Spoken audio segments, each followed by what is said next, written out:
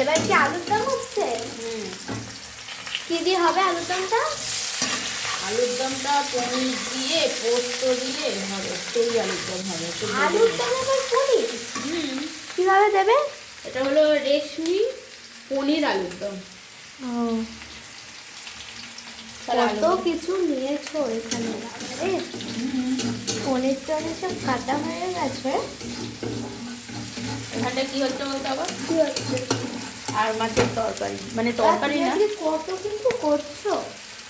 এই করি, ভালো লাগে রুটির সাথে না, খেতে দারুণ লাগে। শীতকালে গরম গরম রুটি হবে, তার সাথে এরকম আলুর দম হবে, দারুণ লাগে খেতে।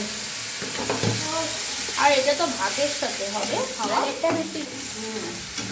ভাতের সাথে খাওয়া হবে, তার জন্য এটা করছি। আর এটা হচ্ছে রুটির সাথে, একটু বেশি করে রাখলাম।